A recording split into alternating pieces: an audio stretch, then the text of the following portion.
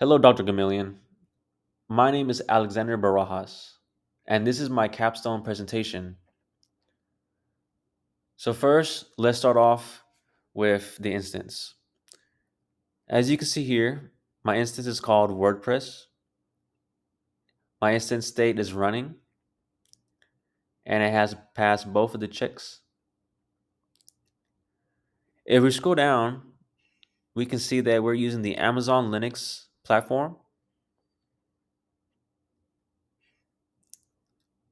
Now, I will show you the Elastic IP address.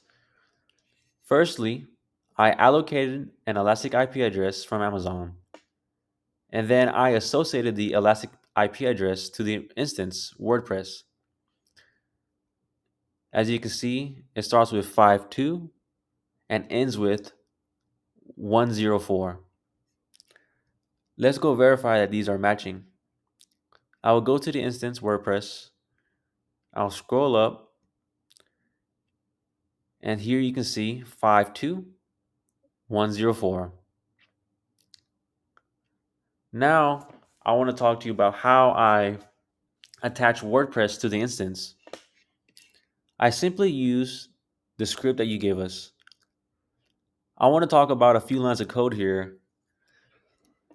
First, let's talk about yum install. Yum install installs the necessary packages that we need for our instance and to launch the website.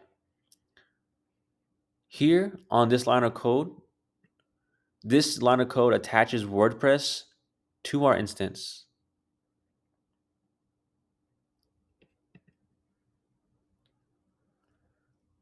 I use no IP to host my domain name, and how I did that was copying and pasting my Elastic IP address and associating it with this domain host name.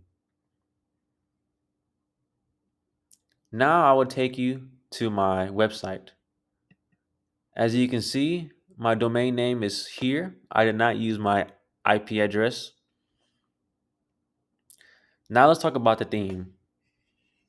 Choosing a theme was very important to me because I wanted my website to look as professional as possible.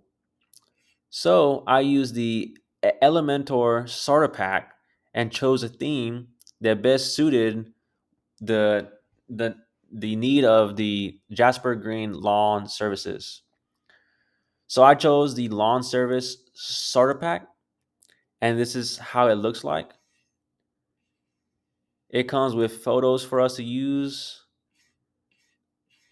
and help me set up my website to look as professional and as relevant as possible. I chose this theme because it fit the need of Jasper's Green's company because it's a lawn care service company. Moving forward, I want to show you the English and Spanish tab here. I use a plugin called G Translate, which allowed me to translate using Google the page to English, Spanish. So here I will click Spanish and will translate my form or my website to Spanish, as you can see.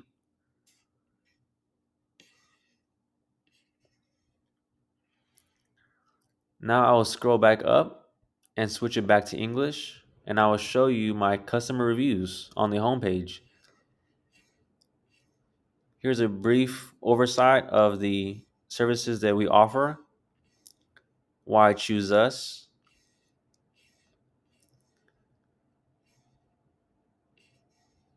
So, what our clients say.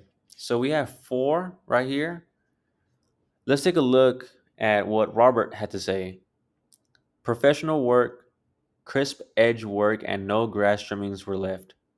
Seems like a good job to me. Now, I will show you the services. So, on the homepage, we have a portion here that does show the services. But we also have a menu tab We are a one-stop shop. From basic yard maintenance to planting trees to driving those pests away, we'll take care of it. So here we have our services, basic yard maintenance, and a short description of what it is, planting, lawn modifications, garden care, leaf cleanup, and pest control. All of these have a description and a picture slash icon next to it, and a picture right here.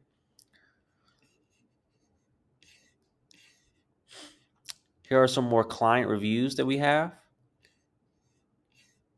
And for the requirements, we have a button here that will take the customer to the contact page. We'll go ahead and click that to ensure it's working. So this is our contact page, contact and schedule for potential customers. Here, communication is key in every aspect in life. Below are options to contact us with any questions or concerns you may have. Here's the one form of a communication. They can send us a message through the website. Here's our address, our email, and phone number. And if you scroll down, we have our location and a way to set appointments. I will go ahead and set an appointment for you so you can see how it works. So first, it will select the appointment. And let's do, well, also 4 to 5:30. So they're half an hour intervals. And on the weekend, we have 8 a.m. to 3 o'clock. This one's booked from previous customer. But let's go ahead and do Friday at 5:30. So we'll use my email with a phone number, comments, let's say lawn service, and Alex. And we'll submit this. And now Jasper Green or any of his employees can go to the plugin. We can click it. We'll go to the schedule. And here it is, 5:30. And here are other attempts of booking from other customers. So let's verify that this opening is no longer available for other customers to book. So we'll go back to the website, contact and schedule. We'll scroll down to the appointments and let's go to Friday. Make sure we have that selected. And as you can see, the calendar cannot be double booked from any other customer. They would have to select a different opening for Jasper Green. I use a plugin for this. Going back just so you can double check it to look at it. The plugin is called Appointment Hour Booking. I chose this one because it best fit my needs. I needed a schedule that was going to do half an hour to hour appointments and also allow me to look at the schedule or for Jasper to look at the schedule. And so I felt that this plugin best suited my needs and suited the needs for Jasper's company.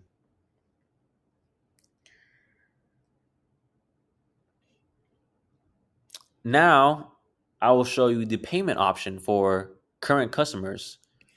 But before I do that, I did miss one thing. During the potential customer scheduling phase, they can list a person who referred them. And taking the information, we will save it and we will accredit or give credit to the person who referred them, the customer, for any of the potentially future payments. So let's say, so the person that referred was Alex. We would send Alex a code, and if they made a payment, we would send them a code, and they would add it right here, and then they will be given the credits for however many customers they referred. And for any other customers that have not got any referred, if they are just wanting to pay online, this service is also available for them. They will put their email, phone number, card information, name, and then pay.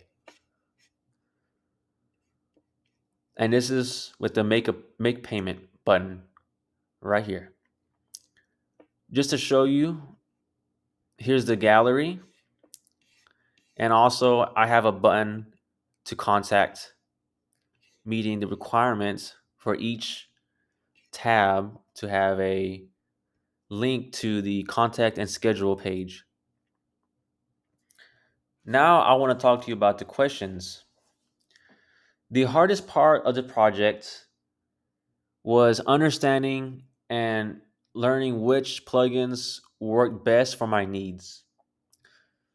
So, finding a calendar that worked for the day and the hour was initially complicated to find, but after some research, I was able to find an appropriate, research and trial and error.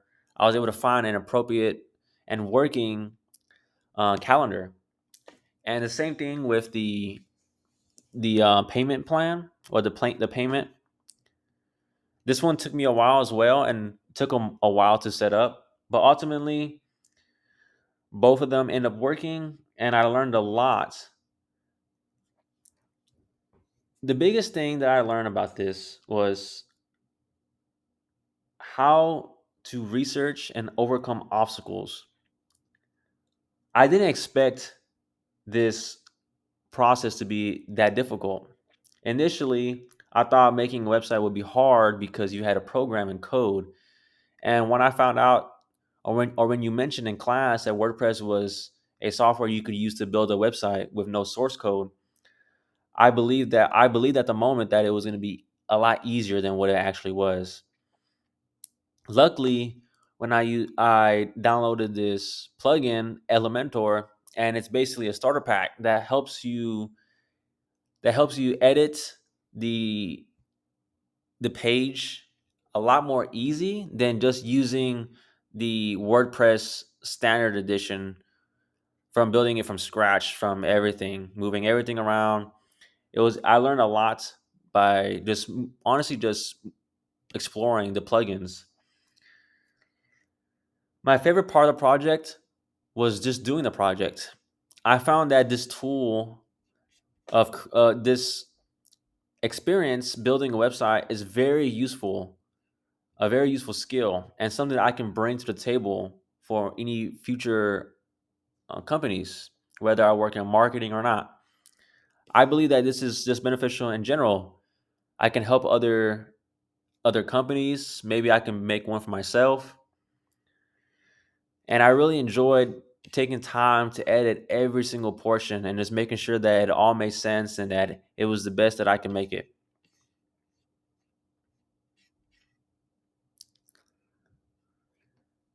Now, how would I describe this to a potential recruiter or a potential employee? Well, first, I will tell them that I have some experience creating websites and working with WordPress. I will tell them what WordPress is. WordPress is a software you can use to create a website without using any code. So anybody in the marketing team could watch a few videos on YouTube and figure out how to utilize WordPress to fit the needs of their company and build a website.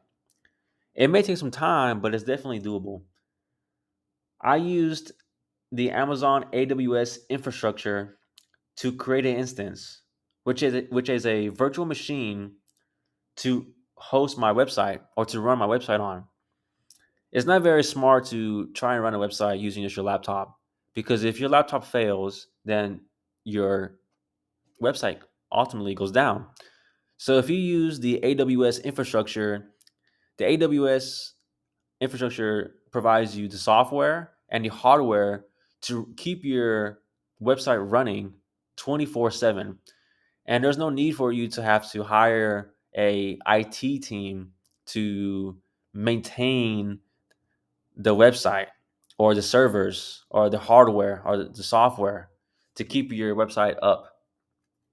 Additionally, it's since I use AWS to create my website or host my website, The scalability, I can scale it up, down to meet the demands of the customers. And for a small business growing, this is important to help manage the demand to prevent your website from crashing. So this is the end of my capstone presentation. Thank you, Dr. Gomillion. I really enjoyed this capstone. I learned a lot. So thank you, and Alex is out.